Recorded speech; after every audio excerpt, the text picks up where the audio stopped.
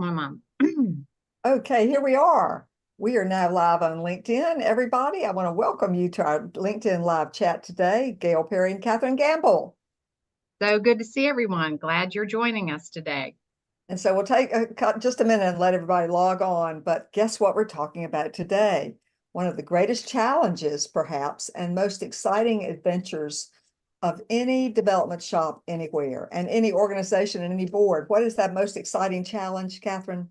Oh, it's campaigns, Gail. But I have to Capital tell campaign. you all, this is my most favorite topic of all. And this is my most favorite thing to talk about is our campaigns. This is exciting. I hope those of you who are joining, if you're thinking about one, starting one, you need to really tune into this and hope you learn something, take something away today. Strap on your seatbelts.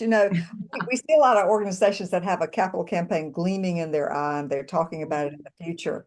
And one of the things we want to talk about today is what can you do early on before a feasibility study, before you enlist your volunteer leaders, but just get ready, get all the balls rolled up. Sometimes we talk about lining up dominoes, don't we, Catherine? We do, or flying like geese. That's the other one we'll talk about in conjunction with our board. Oh, But definitely, and another way we frame that lining up the dominoes, which I heard from a client the other day, is due diligence. So oh, this whole thing of campaign planning is due diligence. And let me clue you into one other little secret, Gail, and we'll go forward. And that is that campaign fundraising.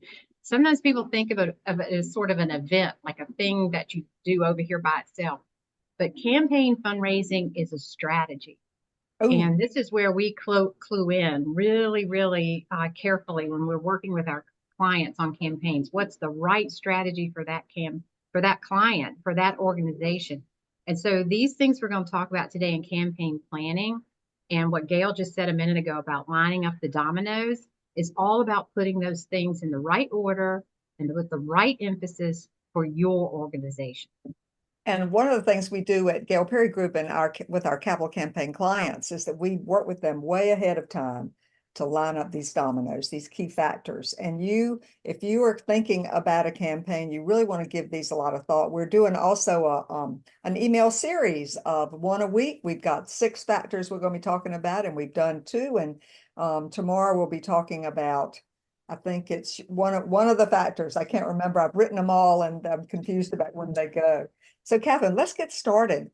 And by the way, we would love, I've got my phone, I'm going to turn on my phone and open LinkedIn and hope that I can see live questions. And also Ann Gullion is behind the scenes and she's going to let us know if there are any questions too. So just want to welcome you. I can't see where you are and where you're from, but I hope you'll go ahead and say hello in the chat and share who you are, your organization, and where you're located, because it's really fun to see our entire beautiful nonprofit community, actually from around the world, who come in to join our live broadcast. So, Catherine, what is the first area we want to talk about today to help organizations get ready for a capital campaign? What Just is the like over first? here like this. I can't wait to talk about it. Yeah. Well, we're going to start with your board. Ooh, Now, your board can, sometimes this is an area of challenge for organizations, the board. They either come with a very preconceived notion of what they think a campaign is based on whatever their experiences are or what they've read about or heard about. And they also want to, I will say this, Gail, to frame it really positively. Boards are trying to do well for their organizations. And sometimes they get a little confused in their role, especially where campaigns are concerned. that's right. And one of the things we really want to see out of a board is alignment on the campaign plan. I have to say this, I'm going to say this out loud, everybody. Many campaigns I've worked on, there has been internal discussion on the board about should we do a campaign? Is this too much money to reach for? There's fear. And there's also disagreement about, campaign is like you're launching out into this stratosphere with some new project, new building, new expansion. And sometimes you have board members who are a bit afraid and will pull the reins back. Have you run into that with your clients, Catherine? I know I have. Yes. Oh, yes, for sure. But again, this goes to what I said a minute ago. They're a little confused in a way. And so they want to either rush forward with the things they think you are supposed to have in a campaign, without understanding really, as we're going to talk about, what is the particular order or the particular strategy that's going to be right for your organization. And like Gail said, key to all of this is to get the board aligned to the plan early, early. This is Early, early, early. something we work really hard with our clients to do, with specific ways to communicate the campaign to the board, keeping them in touch and kind of in line, and helping them understand what the campaign strategy needs to be for their organization. That's right. We work with our boards early and often in a capital campaign. We like to do our Fired Up Fundraising Board Workshop early. And we're also master facilitators. And so the beauty of a facilitated conversation is that everybody gets to talk, but there's a referee. And so a facilitator can design and manage the conversation to bring forward the topic that really needs to be decided upon. So getting agreement with your board, and then also getting your board's agreement on what are the steps that we in our organization, based on our situation, what are the steps we're going to go through. We're not going to launch into a feasibility study without thinking. We're not going to launch into asking without thinking either. Right, Catherine? Right. I mean, that is one of the key things that boards frequently think a campaign is about, is simply about gathering up some really great materials and running around and asking people to support, like in a massive and frenetic sales mode. And asking. Frenetic is a good word.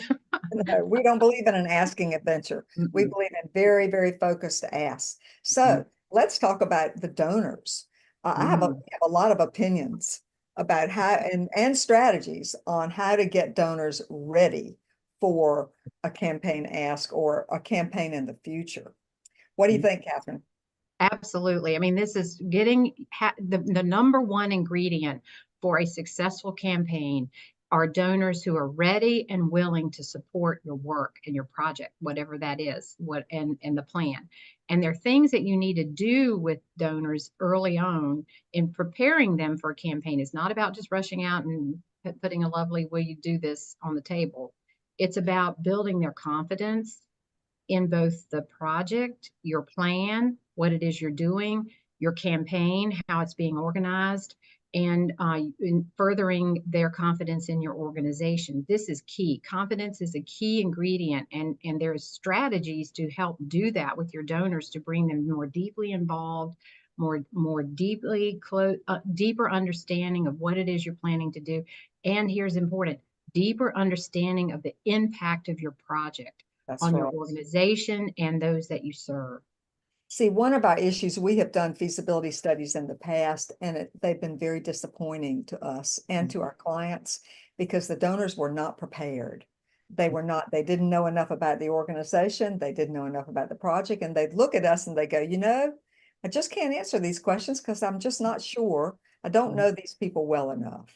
And then your whole feasibility study is a loss because we don't have enough data to really give you a roadmap to a successful campaign. So we believe in engaging your donors as early as possible. And I will tell you this story because I think it's important. Is that we have a client, well, all of our clients do this, but we have a client who's been very successful. They had done a campaign years ago for $6 million that took them 5 years to raise it, and they barely crossed the finish line. That's exhausting. So it's exhausting, and their confidence levels from their board and everyone were somewhat low. And their new campaign that we're working with them on now, we did not work with them in the past, is 36 million. So we did this work with them to help them prepare their donors, build the relationships, identify who they need to identify, work to open the doors, move the relationships forward. So when they started in their first year of raising money for their campaign, $9 million in commitments. The first 1 year, 9 million versus 5 years that it took them to raise 6 in the previous campaign. They are going like gangbusters, and their campaign has momentum, which is another key ingredient for successful campaigns, and has confidence of the board. Really, the confidence of the board is really, really high. Gail did the workshop for their board. and they are really doing really, really well. Yeah. So let's talk about another. We can share our engagement strategies for getting your donors ready, and maybe we do that in another LinkedIn Live because those are some of our most fun Mhm. strategies. You know, we believe in having some fun while we are changing the world, Mhm. and I hope you do too. Another area, let's talk about volunteer leaders. And Mm. I tell you, volunteer leaders can really be a huge shortcut to gifts, major Mhm. gifts, and getting the right people in your community of stakeholders who have respect, who have influence, and are perceived to be by your community powerful. Those are the people you want helping to lead your campaign. And it's sort of like a good housekeeping stamp of approval.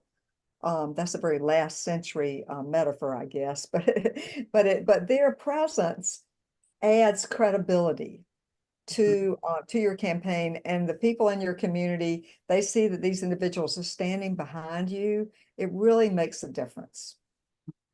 Huge difference. And again, that credibility that Gail was just describing also creates confidence. Again, I'll go back to that key ingredient. Confidence is really, really important. Can't underscore that enough.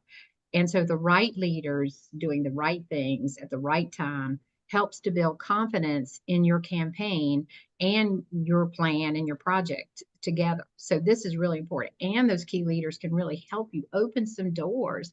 They are key influencers. So talk about the role of the influencer, Catherine, because Catherine's been Mm. developing this whole methodology and approach. You know, we continue to evolve our strategies and techniques. Mhm. Even now in our career, after all these years, we're still coming up with ways to do it easier and better and that are more on point. So talk about influencers. This is a really powerful part of Mhm. our company's approach to capital campaigns. Well, we frame our volunteer leadership, and even that can extend to your board, as influencers. They have the ability to either open a door, they have the ability by their own presence and their own giving to potentially influence others. They are helpful in the identification of particular donors in their community. And here's really key. One of the things that we strongly recommend to all of our clients, the old job description for campaign leadership usually says, oh, make up to 10 calls or sounds like a souped up development officer job. Yeah, We no. threw that out. We literally threw it out the window. And what we talk about are influencers, because what we say is we want the members of the leadership group to Campaign make leader. campaign leadership, thank you, to make only the calls they can make. So if it's one call, one key call, great. If it's two calls, great. Doesn't matter the number. The point is that they are there making the calls only they can make. And when you create and make your campaign committee meetings around this concept of influence, the conversations are far more robust. They support each other in the conversations. They strategize about who really is the best person to call somebody. And is Mhm. somebody the lead person that makes the touch? Is somebody else what I call the tap in person after the gift conversation has occurred? They really will talk about this when you set them up in this particular way. Mhm. So we've got your board, we've got your donors, and we've got your campaign leadership. Now your project and your case. Lots of times we're dealing with projects that are not well thought out yet. Is this one of your key activities in your early planning? Are we going to create a building? Should we rent or buy? How large of a building? What is the money sort of looking like? And of course, the real question is, why are we building a building? Because the donors are going to ask specific things about the building itself, but you sell what happens in the building. You don't sell the building, you sell what happens to the building. So thinking through, it's nice to have a footprint for a feasibility study interview. It's nice to have a sketch, don't you think, Catherine? It is if you're at the feasibility study phase, if you have a sketch or a proposed sketch, it doesn't even have to be a specific Right. rendering. But you talk about your future project in the terms of we're proposing to do in that stage. And you talk, and as Gail says, the impact, what you perceive the impact to be. Impact can be everything: impact on your own organization's revenue, impact on your organization's beneficiaries. The key thing in that particular stage is you're demonstrating thoughtfulness Oh, yeah, and good thoroughness, due thinking. diligence, due Due diligence. diligence is really a key word. I would put the word due diligence in your vocabulary if you're thinking about a campaign, because I had a client tell me Tuesday of this week, they spoke with one of their potential lead donors who is considering a very large gift to their campaign. And this gentleman, and let me say something else. People in that space of that level giving, they're seasoned philanthropists. They give away their money because they want to give away their money. They've done it a lot of times. They've done it with many organizations, and they have an idea of what they're looking at. So you're not coming up to somebody who's never done this before in this type of donor. This person said to the CEO of our client organization, this campaign is really being well organized, said that first. And second, he used the word, you all are doing the right due diligence. And that Oh, was on their project. that's great. That's great. And it was So making a huge difference. totally. Y'all, Mhm, we just have a couple more minutes, Catherine. So I want to touch lightly on the development office. But mhm, I will mhm, say you want to have a well-staffed development office of people who know what they're doing. And I know in our field, there's a big, vast turnover of fundraisers. It's hard to keep somebody these days. And then, capital campaign strategy is probably the highest level of fundraising capability. But having people in your office who understand major gift work, understand how to make a call on a donor, are not afraid to do this work, you're going to need that to happen. You're going to need mhm. those kind of people, right, Catherine? Absolutely. I mean, something we say sometimes, generally, a campaign will put anywhere from 2 to 10 times the output needed in terms of raising money on a development office. And when you think about doing that with the current resources you have, you may want to think again. And as Gail said, the talent that's needed, and sometimes you have the talent right there in your office, but they're so inundated with other Fundraising duties. events, fundraising Mhm. events. Exactly, that they don't have the time to do the kind of relationship building that's necessary. Right.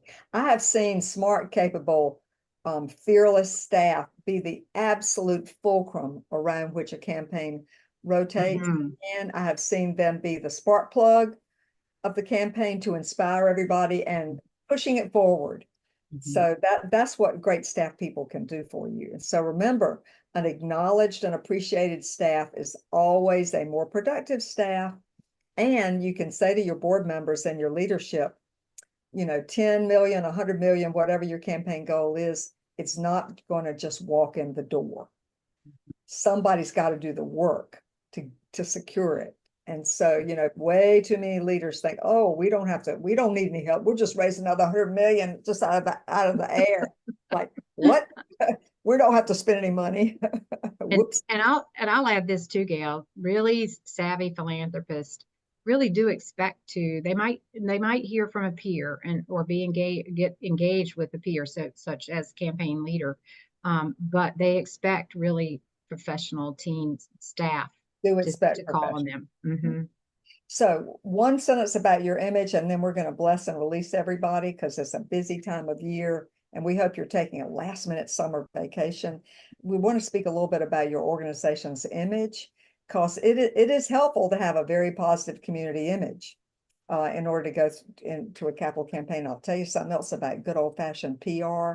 One of my best friends is a PR queen in North Carolina or in the US, and she says that good PR means that they know about you before the CEO of the organization speaks your organization's name. Like there's a backdrop of positive press about you. And I have just been recently very impressed by the power of really super PR people and what they can do to galvanize community action and community Hmm. support and to play Hmm. up issues. Hmm. So especially with the role of social media today, there are things you can do for your own organization's image and the image, perhaps the visibility of the problem you're trying to tackle in the campaign. And that way it becomes more of a community-wide initiative with broad support rather than just a few wealthy people. And we always want every campaign to feel like, even if a lot of the money is coming from major donors, we want it to feel like everybody is part of this and Hmm. has a role to play. Right, Catherine? Absolutely. I mean, that what you just said, Gail, about the problems that are solved. Think about your PR being about community problem, you're the solution. And if you think about that little formula in terms of your communication and PR, that'll help a lot, go a long way for people to understand exactly what your organization means to the community at large. Right. So we're going to wrap up. Please reach out to us if we can help you with your campaign planning. We have a lot of very interesting strategies that are saving time and helping organizations raise money faster. And we're having fun while we do it. So we'd love to hear from you. It was great to be with you all today. Thank Thanks you for so joining me. much for Bye, joining us. everybody. Bye.